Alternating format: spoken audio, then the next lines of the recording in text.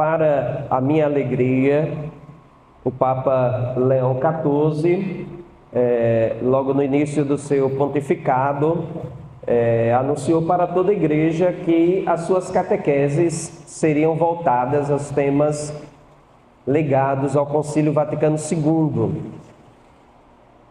Isto é bastante significativo, simbólico, por várias razões.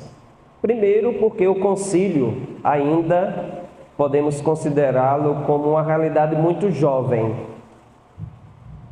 Ele passou ao longo do tempo por vários tipos de interpretações, muitas das interpretações ortodoxas, fidedignas, mas também passou por interpretações incoerentes, dissoantes, que levou uma grande parte dos fiéis católicos ou amar profundamente as proposições do Concílio Vaticano II, ou de maneira equivocada, ter ojeriza, distanciamento, e em comportamentos mais graves, alguns chegam, inclusive, a negar o Concílio Vaticano II. Eu digo de antemão que é muito importante a gente não perder de vista dois elementos que eu considero importantes. Primeiro, o elemento da comunhão eclesial. Nunca podemos perder de vista essa dinâmica da comunhão eclesial, que nos leva a dar testemunho de unidade na missão que Cristo Jesus confiou à sua igreja, que por sua vez é governada pelos pastores, que são os bispos, legítimos sucessores dos apóstolos, que tem a Igreja Católica por Papa, numa legítima sucessão apostólica, hoje Leão XIV, que preside a Igreja da Caridade. Então, essa dimensão da comunhão, ela passa por várias esferas da Igreja. E eu creio, pode ser até que alguns me achem equivocado, que o tom, as discussões, entraves, muitas vezes giram em torno da Sagrada Liturgia, que não deveria ser jamais um eixo de separação, mas deveria ser o cerne, fundamento desta dimensão profunda da igreja, que é a comunhão.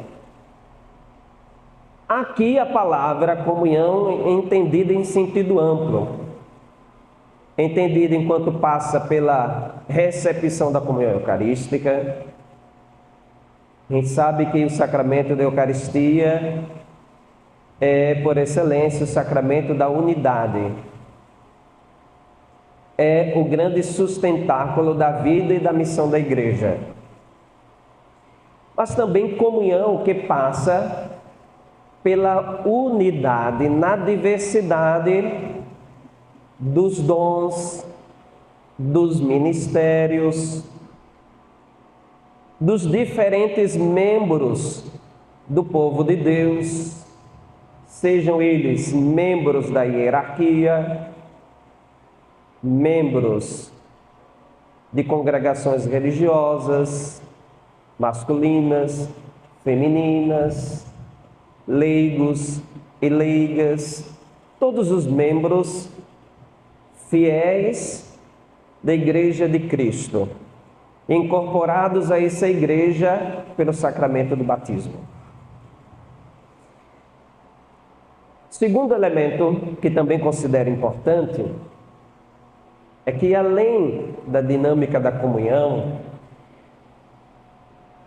quando se discute sobre qualquer tema, nós nunca podemos deixar de fazer um esforço contínuo de ir às fontes. É óbvio de que todos os membros do povo de Deus não serão peritos em liturgia. O padre Heller citou que o padre Bosco virá ministrar aqui sobre liturgia das horas. Padre Bosco é, naturalmente, dentre o clero de Aracaju, um dos padres que se especializou em liturgia e que, ao longo da história, ajuda a arquidiocese, através da formação sacerdotal, a refletir sobre este âmbito da vivência da fé tão importante. A gente sabe que, além do Padre Bosco, nós temos também o Padre Bem-vindo. Na Diocese de Estância a gente tem o Padre Rodrigo. No Brasil existem vários padres que fizeram mestrados, doutorados, e mesmo que não fizeram mestrado, doutorado, mas tem no mínimo especialização em liturgia e nos ajudam com conhecimento científico, acadêmico, a refletir e a desenvolver um pensamento coerente com aquilo que a Igreja ensina sobre a liturgia. É difícil fazer esse caminho de ir às fontes quando se tem, nas nossas comunidades paroquiais, um grande agrupamento de fiéis que são altamente desestimulados, outros desinteressados, outros, poderíamos citar várias outras palavras que expressassem aquilo que podemos dizer que é uma ausência de prática e de amor pela leitura. Porque ir às fontes exige tempo de estudo, de pesquisa, que requer leitura, que requer orientação. E no campo da liturgia a gente tem alguns desafios, porque nós vivemos numa era em que se desenvolve cada vez mais a inteligência artificial, onde existe um forte impacto na vida cotidiana das pessoas, as redes sociais. E nestas redes sociais, no que se refere à liturgia, a gente encontra de tudo. Realmente a gente encontra de tudo que é bom, mas também de tudo que não é tão bom, nem tudo que se mostra nas redes sociais como ortodoxo é verdadeiramente ortodoxo. Então, para mim, uma das chaves de leitura é justamente a chave de leitura que parte da comunhão eclesial. Eu não posso compreender nada que se refere à vivência de fé sem que essa compreensão não esteja em profunda e ortodoxa compreensão com aquilo que o magistério da igreja ensina. Porque sabemos que foi confiado ao magistério da igreja a faculdade de trazer a palavra de Deus na sua mais profunda autenticidade, tendo por referência central a pessoa de Jesus Cristo, que, como diz a Dei Verbo, é a plenitude de toda revelação divina. Aqui é apenas uma introdução. Esse texto foi escrito por uma monja chamada Fúvia Maria, e um dos acenos que ela faz, e que vocês anotem aí para a gente poder depois melhor discutir, é que em toda a obra ela foca muito na participação da juventude. O perfil de participação da juventude, ela traz de uma certa forma como uma chave de leitura para compreendermos vários elementos que tocam ou não a vida das pessoas quando participam de uma celebração eucarística.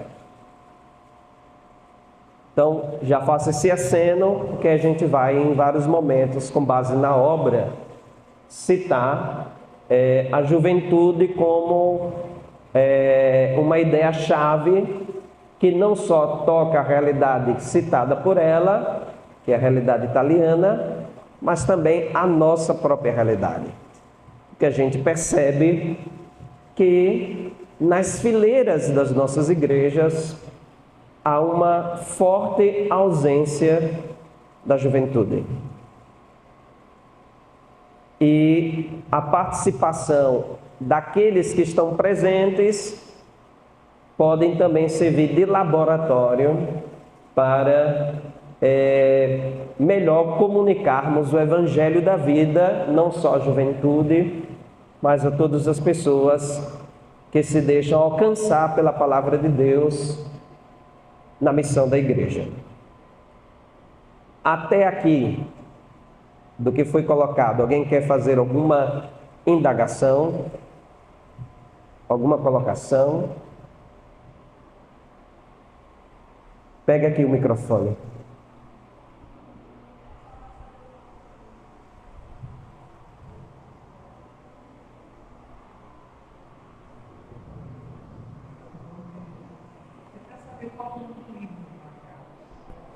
Desse livro aqui? Pronto. É o caderno número 9 do Jubileu 2025, o Mistério Eucarístico. É um livro bem baratinho, vocês encontram inclusive na Paulinas, no valor de R$14 e pouco, não chega a R$15. Vamos lá. Quem tem aqui a Sagrada Escritura, eu quero ter como pontapé de dissertação do tema 2 textos. Um texto do Evangelho de Lucas e um texto da Sacrosanto Concilium. Essas 2 palavras serão palavras que nortearão todo o meu discurso, porque para além do que o texto fala, eu pretendo nessa exposição trazer também algumas questões de ordem prática, a nível de sugestão, que pode servir para a reflexão da vivência litúrgica aqui na comunidade paroquial. Então, vamos pegar o texto bíblico. É um texto muito conhecido, Evangelho de Lucas, capítulo 22, de 14 a 23. Lucas 22, de 14 a 23. Quando chegou a hora, ele se pôs à mesa com seus apóstolos e disse-lhes: desejei ardentemente comer esta Páscoa convosco antes de sofrer. Pois eu vos digo que já não a comerei até que se cumpra no reino de Deus. Então, recebendo uma taça, deu graças e disse: tomai isto e reparti entre vós. Pois eu vos digo que doravante não beberei do fruto da videira até que venha o reino de Deus. E tomando um pão, deu graças, partiu, deu a eles, dizendo: isto é o meu corpo, que é dado por vós. Fazei isto em minha memória. E depois de comer, fez o mesmo com a taça, dizendo: essa taça é a nova aliança em meu sangue, que é derramado por vós. Eis, porém, que a mão do que me trai está comigo sobre a mesa. O Filho do Homem vai segundo o que foi determinado, mas ai daquele homem por quem ele for entregue. Começaram, então, a indagar sobre qual deles faria tal coisa. Agora, o texto da Sacrosanto é o parágrafo 6.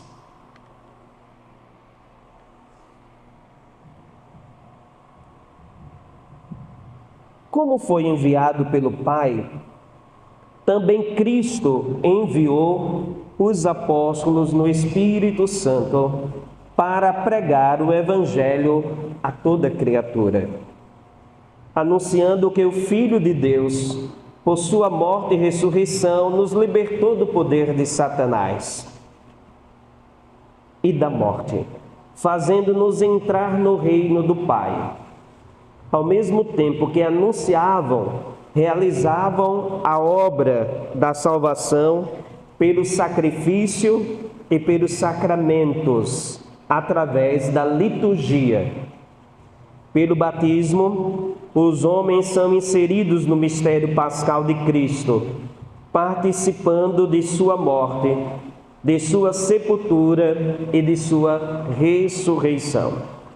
Recebem o Espírito de adoção como filhos, no qual aclamamos: Abba, Pai, e se tornam os verdadeiros adoradores que o Pai procura. Todas as vezes que participamos da ceia do Senhor, anunciamos a sua morte até que venha. No próprio dia de Pentecostes, em que a Igreja se manifestou ao mundo, os que receberam a palavra de Pedro foram batizados e perseveravam na doutrina dos apóstolos, na partilha do pão, nas orações, louvando a Deus e sendo estimados por todo o povo. Desde então, a Igreja nunca deixou de se reunir para celebrar o mistério pascal, lendo o que dele se fala em todas as Escrituras, celebrando a Eucaristia, em que se representa seu triunfo e sua vitória sobre a morte, dando igualmente graças a Deus pelo dom inefável, em que Cristo Jesus para louvor de sua glória, na força do Espírito Santo. Quando nós falamos de mistério eucarístico, para nós que já frequentamos regularmente uma comunidade paroquial, já existe até um certo ponto, mesmo que não tenhamos feito uma catequese mais aprofundada, pela intuição e participação, uma compreensão do que seja o sacramento da Eucaristia. Em linhas gerais, quando as pessoas são questionadas acerca da Eucaristia, algumas afirmam de maneira muito simples, mas com convicção de que a Eucaristia é o corpo e sangue de Jesus. Outras dizem: Jesus se faz presente na hóstia consagrada. São múltiplas as linguagens que são utilizadas para descrever o mistério da presença real de Jesus na Eucaristia. Nós sabemos que a celebração eucarística, ela tem toda uma organização, tem todo um rito que comporta palavras, gestos, símbolos, materiais empregados. A liturgia, ela tem uma composição harmônica que passa para além dos nossos sentidos. Sabemos que os sentidos, eles são importantes, porque os sentidos interagem com aquele ambiente eclesial em que se celebra a Eucaristia. Eu digo com aquele ambiente eclesial em que se celebra a Eucaristia, por quê? Porque nós sabemos que, por permissão da Igreja, celebramos a Eucaristia não apenas no templo, nesta realidade física que nos encontramos. Nós temos missas que acontecem em espaços escolares, por exemplo, em asilos, como é o caso de vocês aqui, como é o meu caso na comunidade paroquial. Independente do lugar, a Eucaristia, ela não pode ser, em circunstância alguma, desprovida daqueles elementos essenciais que, inclusive, são considerados quando estão dentro de um templo. Exemplifico: o padre, por exemplo, mesmo que esteja fora do templo para celebrar a Eucaristia, ele não pode mudar o rito da missa. Ele não pode simplesmente, porque está muito quente, dizer que vai presidir a Eucaristia sem as vestes próprias que um sacerdote deve utilizar durante a administração daquele sacramento. Muda-se o lugar, mas mantém-se os gestos, mantém-se o rito, as vestes, a materialidade da Eucaristia, a matéria, pão, vinho. Quando eu faço essa afirmação, eu quero dizer o seguinte: que para além dos chamados rubricismos, a Eucaristia, ela deve ser celebrada tanto por parte do sacerdote como por parte da Assembleia, segundo o rito oficial da Igreja. as rubricas presentes no missal romano não são postas ali com a intenção de engessar a celebração. Alguns interpretam as rubricas desta forma, e é uma interpretação equivocada, porque as rubricas elas nos ajudam a manter a fidelidade e a celebrar a Eucaristia de acordo com as normativas da própria Igreja, fugindo da tentação dos invencionismos, que muitas vezes, de maneira muito selvagem, acabam descaracterizando a liturgia da Igreja. Não temos dúvidas de que no tempo que vivemos, como também no passado, até a parousia, o Espírito Santo, que guia a Igreja, que não deixa a Igreja com a sua devida assistência, fará que nesta mesma Igreja nasçam diversos dons, carismas, que inclusive também estão presentes quando nós celebramos a Eucaristia. Porém, nós devemos ter muito cuidado para não cair nem no rubricismo que leva ao processo de engessamento, mas também de não cair em um processo de descaracterização da liturgia católica. Vou citar um exemplo daquilo que eu pessoalmente considero um processo de descaracterização. Algumas igrejas católicas, se vocês passarem de olhos vedados,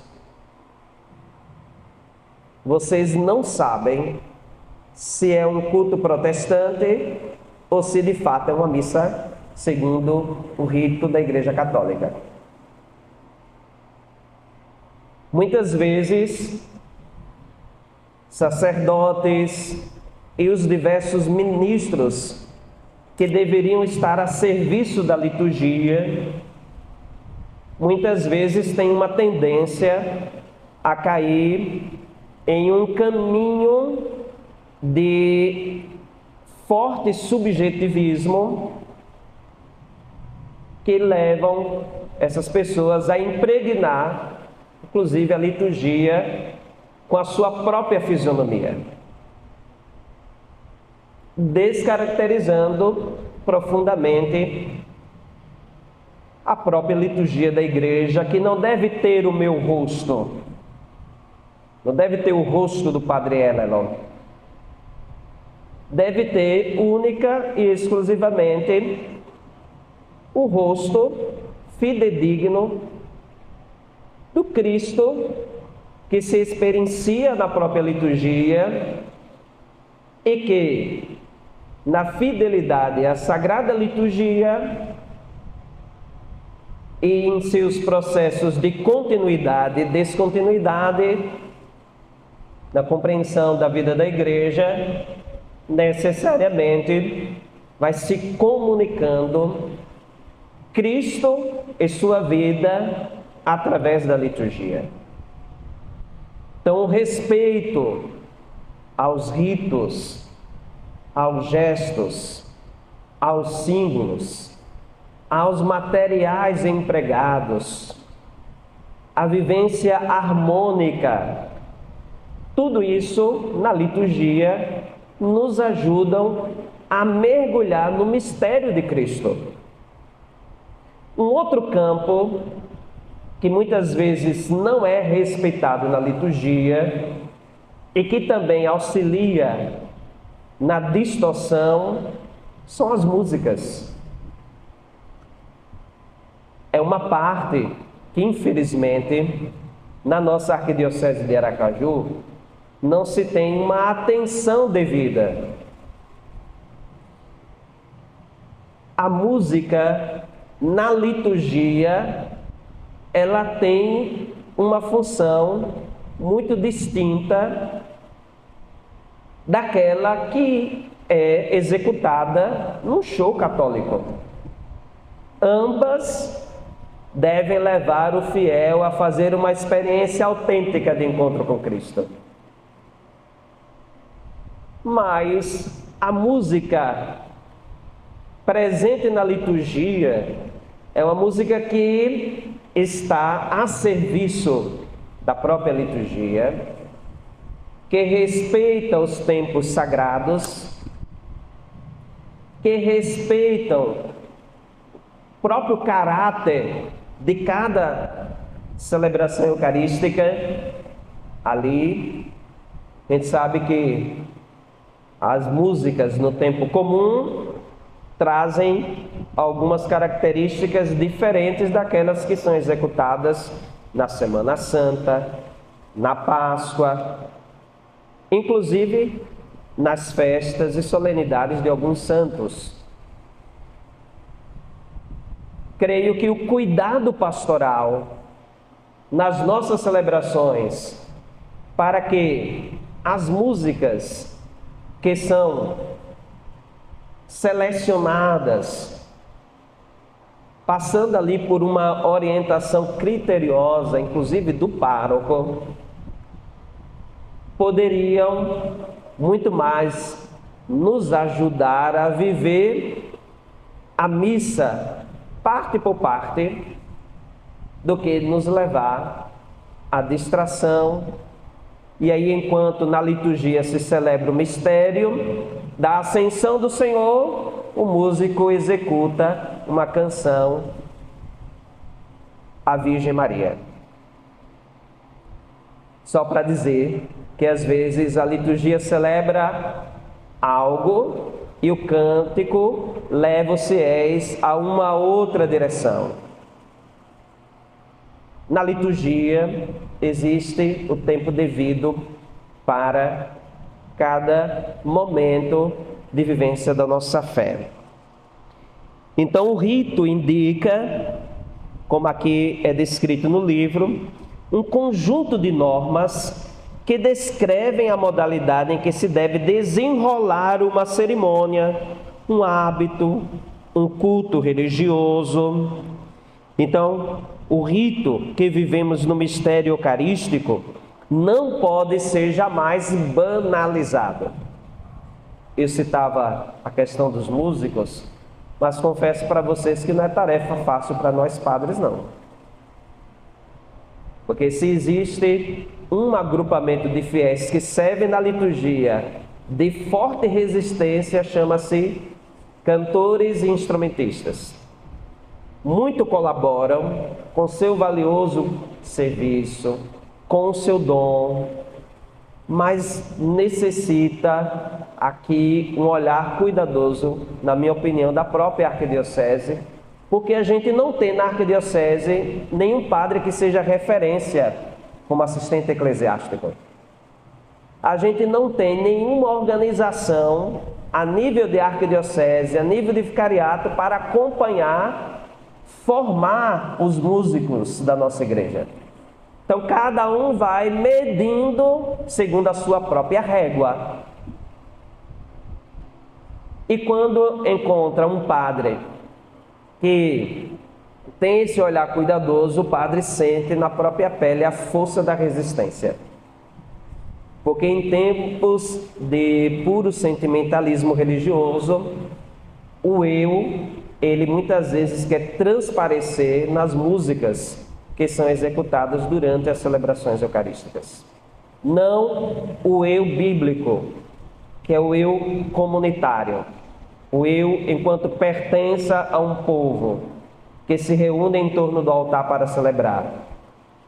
Mas o eu, muitas vezes, egocêntrico, o eu que parte apenas de uma experiência individualizada, o eu que muitas vezes esquece a experiência comunitária da fé e os requisitos para se eleger um repertório apropriado para cada celebração eucarística.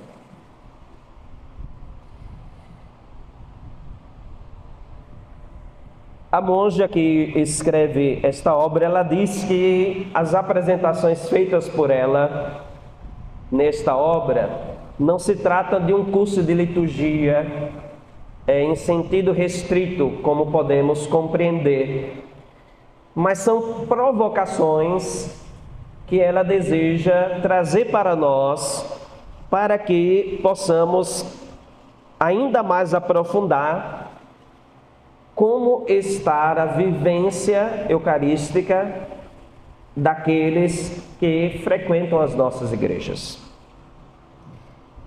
Ela diz que participar da Eucaristia poderá ser uma experiência cansativa.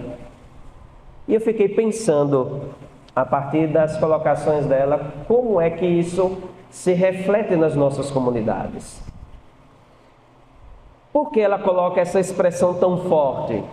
Aí onde ela começa também a citar a juventude. E aí podemos pegar a experiência daquele jovem que chega, que não foi catequizado, ou se passou pelos processos de catequese, não foi suficientemente evangelizado, e que quando adentra na experiência da missa, sentar, levantar, estar durante uma hora e meia em bancos desconfortáveis, não entender a linguagem utilizada pelo padre, e aí vai. São vários exemplos que ela cita. Pode levar, ao invés de se fazer uma experiência que toca profundamente a vida das pessoas, uma experiência negativa, sem contar aquelas experiências que podem ser consideradas frustrantes, porque o jovem, a criança, em sua experiência de fé, se viu obrigado a participar da Eucaristia pela força impositiva dos seus pais. Isto que ela coloca, ela quer provocar a gente para que a gente também reflita sobre a importância de se utilizar nas celebrações eucarísticas uma linguagem que seja apropriada. Aqui não quer falar de distorções. Aqui não quer jamais falar de empobrecimento do significado dos termos teológicos que estão presentes no culto eucarístico. Mas ela está falando da necessidade de se fazer um caminho. Ela não utiliza inculturação, mas eu faço uso desta palavra, que é uma palavra também utilizada pela própria igreja. É um caminho de inculturação que nos leva a comunicar o Cristo professado na fé, celebrado na liturgia, sobretudo na liturgia eucarística, de modo que a Eucaristia celebrada, ela disponha de meios adequados para comunicá-lo e comunicá-lo de maneira muito concreta na vida das pessoas. E aqui, a gente não pode só pensar na pregação do pároco, que tem nesse processo uma grande relevância. Isso tudo deve nos levar a um processo um pouco mais anterior, que ela também não fala, mas que eu fiz um caminho de intuição, e que necessariamente passo a colocar para vocês. 2 processos. Primeiro, precisamos repensar seriamente o processo de evangelização. Quando nós pegamos a experiência dos primeiros tempos da igreja, claro que a organização eclesial era diferente daquela que nós temos hoje. Nós percebemos que as pessoas, elas passavam por um caminho de evangelização fortemente querigmática, que visava despertar a fé, suscitar uma primeira adesão, fazer um processo de experiência profunda do amor de Deus, de entusiasmo com a pessoa de Jesus. Jesus este que tocava o seu coração, que aquecia com a sua palavra e que, além de aquecer o coração, transformava e que, ao mesmo tempo, estas pessoas eram capazes de, numa experiência profunda de fé, contemplá-lo no mistério eucarístico, reconhecendo assim no sacramento da Eucaristia a presença real de Jesus, do pão vivo descido do céu, que vem para nos sustentar, nos configurar a sua própria pessoa num caminho permanente de conversão e de configuração que nos leva a viver a santidade proposta pelo seu Evangelho. A evangelização dos primeiros tempos da igreja marcou profundamente a vida de tantas pessoas, que sobretudo coloco como um período áureo.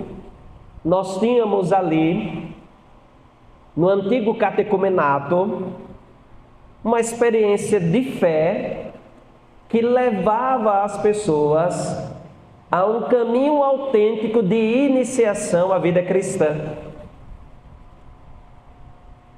Deste período nasceram grandes catequistas, homens que, com a sua profundidade de fé e experiência enraizada em Cristo, foram capazes de nos comunicar o Evangelho de Cristo de um modo tão diferenciado, que até hoje são grandes referências nesta vivência de fé, deixando para nós um grande legado que se expressa de modo particular na nossa profissão de fé, que tão belamente professamos a cada Eucaristia dominical, solenidade quando prevista pela Igreja. Dessa matéria, sem sombra de dúvidas, o pároco de vocês tem total gabarito para poder ajudá-los a aprofundar ainda mais.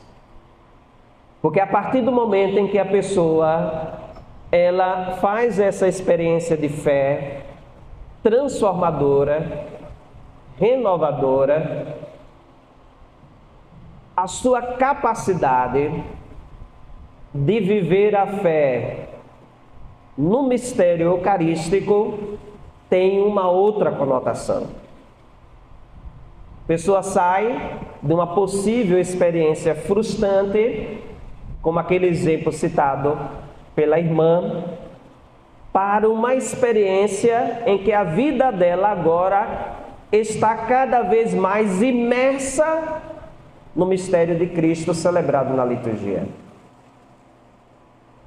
É, na verdade, uma experiência mística, que não somente aqueles que são reconhecidos pela igreja vivenciaram e são tratados como místicos, mas que também na nossa experiência cotidiana da Eucaristia, a gente pode viver de maneira profunda em cada Eucaristia que participamos. A irmã coloca que nós vivemos em uma sociedade apressada. E aí eu incluo, além de uma sociedade apressada, incluo uma sociedade apressada e distraída. Corremos o risco de permanecer na superfície das coisas. Eu não sei como vivenciar da catequese paroquial daqui, da paróquia Santa Luzia. Mas uma das coisas que nesse processo de iniciação à vida cristã, com inspiração catecumenal, eu tenho combatido de uma certa forma, é que se nós não tivermos cuidado, aquilo que é para ser uma catequese iniciática se transforma numa catequese meramente enquadrada sob a ótica de um caminho ritualístico. E aí a gente faz a ritualização da catequese e diz que está fazendo iniciação à vida cristã. Estou tocando no tema da catequese porque uma das coisas mais belas que nós podemos vivenciar nesse tempo, depois do Concílio Vaticano II, é que o Concílio Vaticano II já assinala sobre a necessidade de voltarmos a esse casamento entre catequese e liturgia. E aqui mora uma questão importante. Educar um fiel à participação na Eucaristia passa por várias vias. A catequese é a instância da igreja oficial para se fazer esse caminho mistagógico de educação da fé, associada também à colaboração primaz dos pais e padrinhos. Aqui não vou entrar no mérito, mas a gente tem vários problemas relacionados a, sobretudo, os padrinhos, que são escolhas dos pais, mas também do ambiente da comunidade de fé, que perpassa o templo, mas que tem no templo o lugar por excelência da celebração da Eucaristia. Falta muitas vezes no itinerário dos grupos de catequese, seja da Eucaristia, seja da Crisma, um maior aprofundamento sobre a questão da própria Eucaristia na vivência a partir do seu rito. A gente precisa educar as pessoas. A gente precisa conversar com as pessoas. E o melhor ambiente é sempre um ambiente da catequese. Mas também o melhor ambiente é o ambiente das pastorais, dos movimentos, de todas as pessoas que precisam ser devidamente educadas nesse processo de vivência eucarística. Quando a gente fala de linguagem, desafio mora sobretudo em três públicos: crianças, jovens e adultos não evangelizados. Eu dizia há pouco que quando se fala de um processo de enculturação, não se pode jamais nos levar a um empobrecimento. Mas os termos, eles indicam, nos dão uma direção para o mistério. Nos tempos atuais, a gente percebe que há um empobrecimento na participação deste público em muitas realidades paroquiais. Talvez no interior, na periferia da nossa capital, a gente ainda consiga vislumbrar uma participação mais efetiva, uma presença maior de crianças, jovens e adultos, sobretudo idosos. Mas quando a gente parte para a região centro-sul da capital, muitas paróquias, elas conseguem sentir aquilo que a irmã coloca aqui, o alto nível de abstenção na missa, sobretudo por parte da juventude. Claro que os tempos mudaram sobre vários aspectos. Muitas comunidades, muitas sociedades, bairros, cidades, tinham a sua vida ali norteada e tendo como ponto de referência a igreja paroquial. E aí a gente também tem que se questionar: será que nós também não estamos precisando aqui refletir melhor sobre essa perda de referência da comunidade paroquial?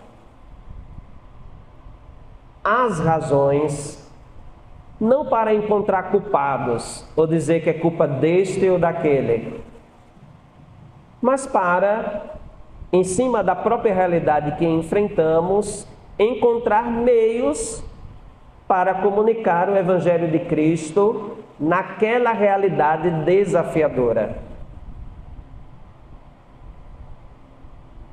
Eu sempre parto do pressuposto de que os problemas que precisamos identificar são para nos ajudar na tomada de decisão.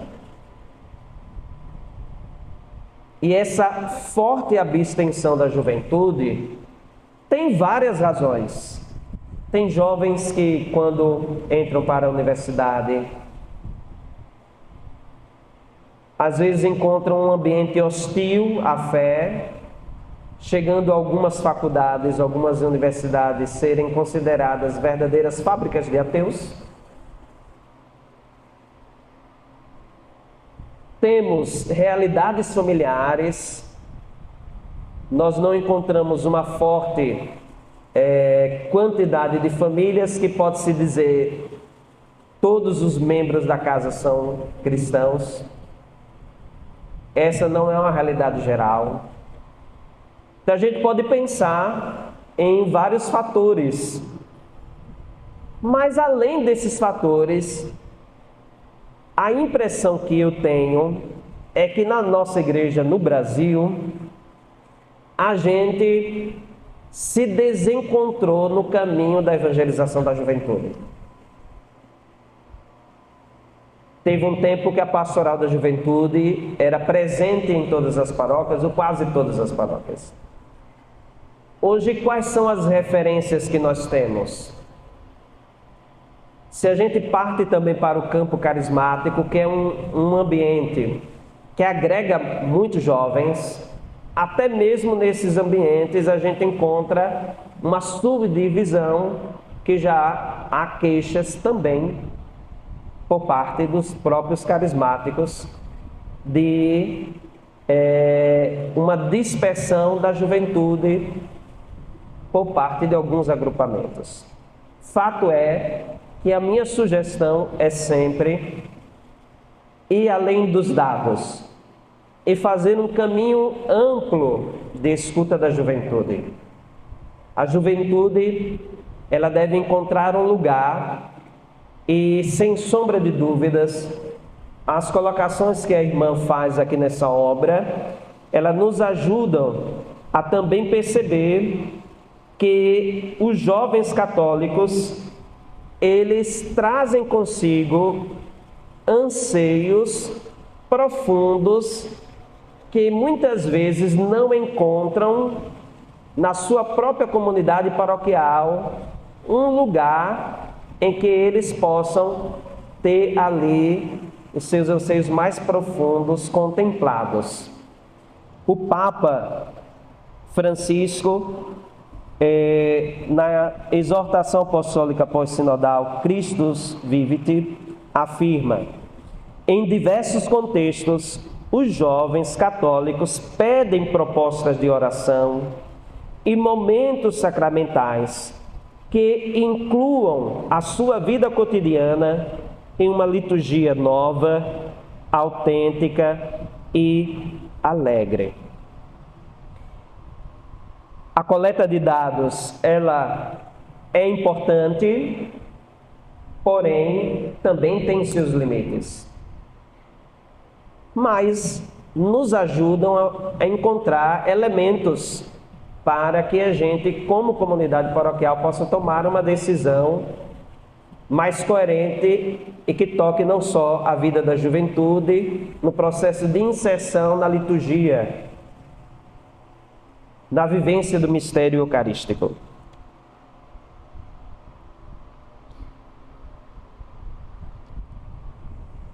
Já passamos do horário do intervalo, viu? Vocês podem dar sinal, senão eu me empolgo falando. Então, retomando... O senhor quer falar alguma coisa? Pode falar. Temos até as 11h30 para desse documento. Pronto. Então, agora nesse segundo momento eu vou fazer a parte conclusiva de alguns aspectos e abrir o espaço para as perguntas. O que é que agora nesse segundo momento eu quero ressaltar? Primeiro, que o que nos move direciona. Nós lemos no Evangelho de Lucas, logo no início, que Jesus expressa que desejou ardentemente estar com os apóstolos, viver aquele momento. Todos nós, quando fazemos uma experiência profunda com Jesus, com certeza nutrimos no nosso dia a dia esse desejo profundo, esse ardente desejo de estar com Ele de maneira permanente. A experiência com Jesus marca tão profundamente a nossa vida que a gente sente que o amor de Deus está impregnado em nós, tal como uma tatuagem. A irmã, inclusive, faz uso da linguagem da tatuagem para poder mostrar para nós esse caráter permanente que deve existir na nossa relação com Jesus. Mas também para, ao mesmo tempo, falar de memória como esse caminho em que, através da Sagrada Liturgia, nós recordamos afetuosamente, efetivamente, o mistério da paixão, morte e ressurreição de Jesus. A experiência do amor de Deus marcou profundamente a vida de tantos santos da igreja. E aí a irmã, ela cita vários santos, ela cita por exemplo, Francisco, Agostinho, Pedro, Paulo, Teresa de Calcutá, Carlo Acutis, dentre outros. A gente percebe que quando o cristão ele compreende o mistério eucarístico, ele passa a viver da própria Eucaristia, como bem nos ensinou São João Paulo II em Eclésia de Eucaristia, nos apontando que, como Igreja de Deus, o nosso grande sustentáculo é sempre Cristo, que no seu amor profundo continua se doando na Eucaristia e que nos ensina como cristãos eucarísticos também a dar testemunho de que, sendo amados tão profundamente, nós também somos chamados a comunicar o amor de Deus através do nosso testemunho de vida. Cito um parágrafo da página 29 aqui do texto.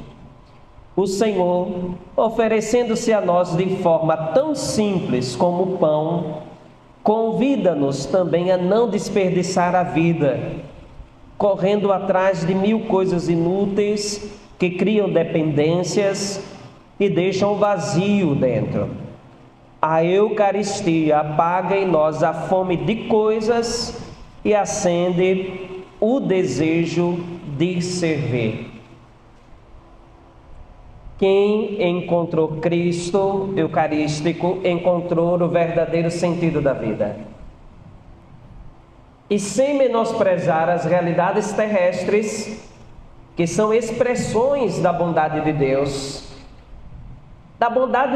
que se manifesta inclusive através da inteligência humana, capaz de colaborar com a obra da criação, este ser humano entende de que a sua vida não encontrará jamais sentido nem satisfação nas coisas efêmeras deste mundo, mas tão somente em Cristo, seu único Senhor e Salvador, que plenifica a sua vida e que também plenifica a vida de tantas outras pessoas que se deixam alcançar por sua graça. Quando nós participamos de uma celebração eucarística, Cristo se dá integralmente a nós, na palavra e na Eucaristia. Presença real em que nós igualmente veneramos, respeitamos e com toda a alegria do coração acolhemos a palavra que se fez carne, que habitou entre nós e que também se tornou carne para nos alimentar na Eucaristia. A atenção também à mesa da palavra é dada nesse texto da irmã. Inclusive, a irmã ela discorre muito sobre a parte da liturgia da palavra. E aqui eu dou algumas sugestões, não só acerca da liturgia da palavra, mas também em sentido geral.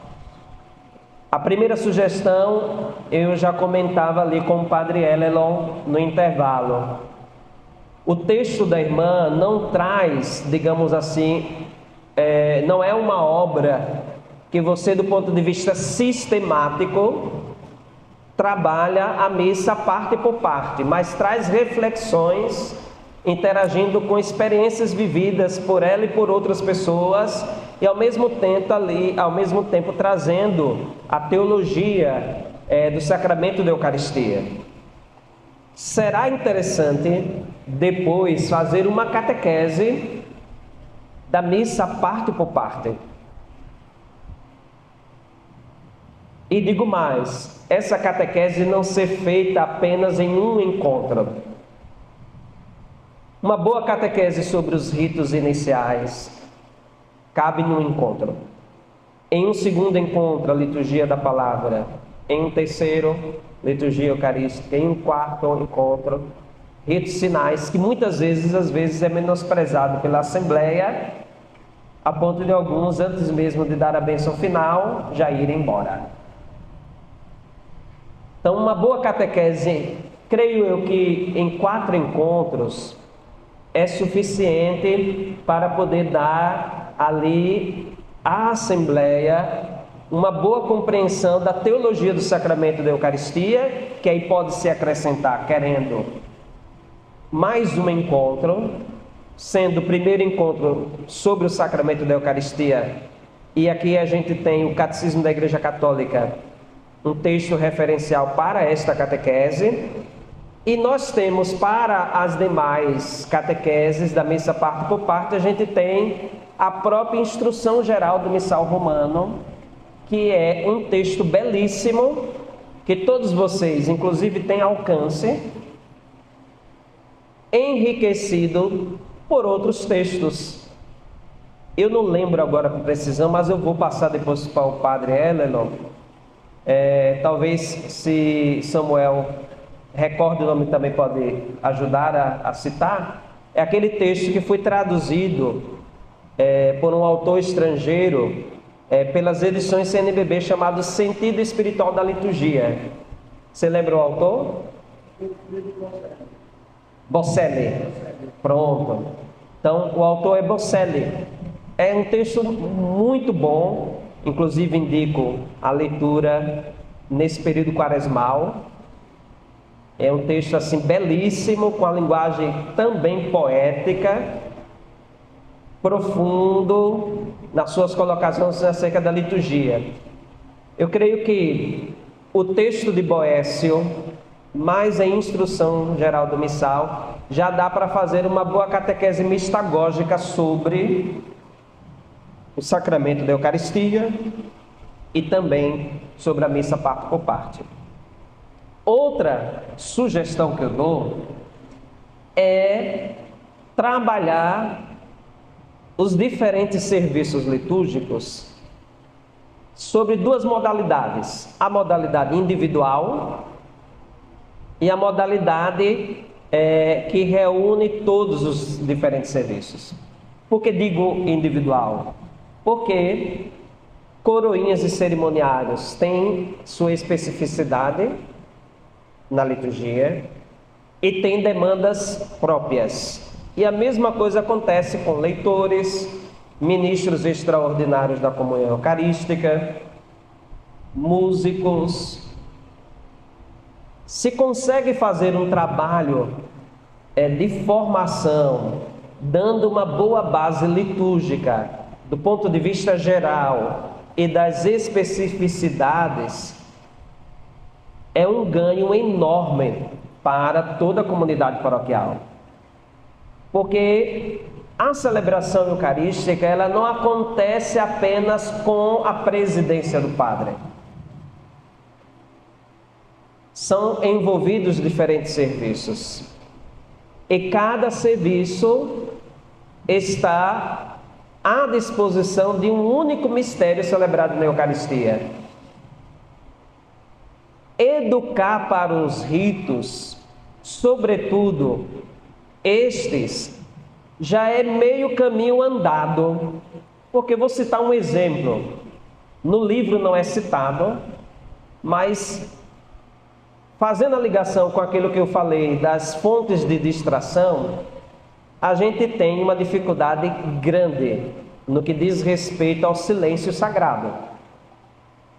Antes, durante e depois da missa.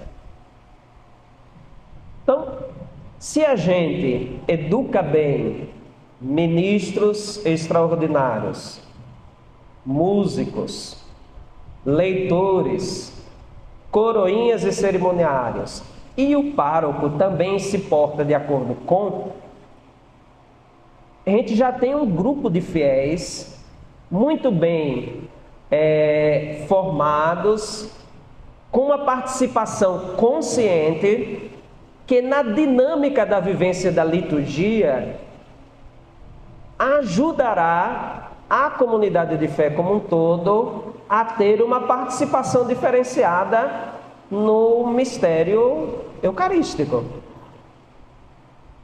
Estes, por sua vez, devem ser exemplos de participação e serviço ao mesmo tempo na liturgia.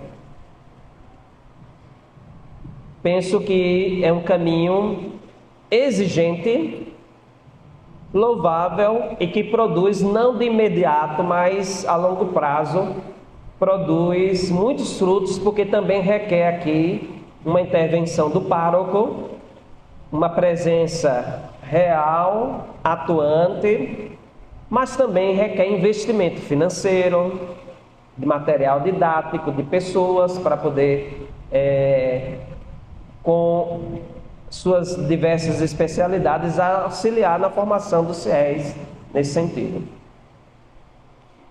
Outro aspecto também que sugiro é o cuidado também com a dimensão estética. Nós não podemos jamais esvaziar a liturgia na sua riqueza física, visível, na sua simbologia. As imagens, elas também falam. Claro que no mundo apressado, as pessoas não têm a devida paciência para se construir uma igreja em 300 anos. Mas o cuidado com a liturgia também passa por essa compreensão que a beleza presente na liturgia, ela também expressa e comunica essa presença de Jesus. De que um quadro da Via Sacra posto nas paredes do templo, eles não estão ali para ocupar espaço, mas cada imagem comunica o mistério através daquela iconografia. De que as vestes do sacerdote não estão ali presentes apenas para ser compreendido por parte dos fiéis como um elemento que torna o padre mais bonito ou menos bonito. Então, cada detalhe presente na liturgia não pode ser desconsiderado. Então, uma equipe de liturgia que compreende bem o que é liturgia, o ano litúrgico, o que é específico de cada tempo, vai entender qual é a sua devida missão como músico, como leitor, como coroinha, como cerimoniário, como ministro extraordinário, e todos necessariamente numa ação que respeita o mistério celebrado, devidamente consciente, educado, ajudará toda a comunidade de fé a vivenciar melhor a própria Sagrada Liturgia na comunidade paroquial. Um último elemento que eu coloco como sugestão é que é muito necessário também investir na formação litúrgica dos nossos catequistas. Da gente ter nas nossas comunidades espaços em que crianças e jovens também estejam devidamente inseridos na liturgia, com acompanhamento de pessoas mais experientes e mais bem informadas. Investir na formação litúrgica dos catequistas é necessário, ainda mais em tempos em que a proposta da Igreja no Brasil é trabalhar a iniciação à vida cristã com inspiração catecumenal. Compreender a importância da catequese e liturgia investir nessas duas áreas fortalecerá a evangelização da comunidade paroquial. Com certeza, aquela comunidade começa a sentir frutos que já vêm de imediato. Mas com o processo de formação permanente, sistemática, ajudará a paróquia a construir uma identidade que esteja em sintonia com aquilo que a igreja prega, não com base nos achismos que ou um padre ou qualquer fiel possa definir como parâmetro para a catequese e para a liturgia.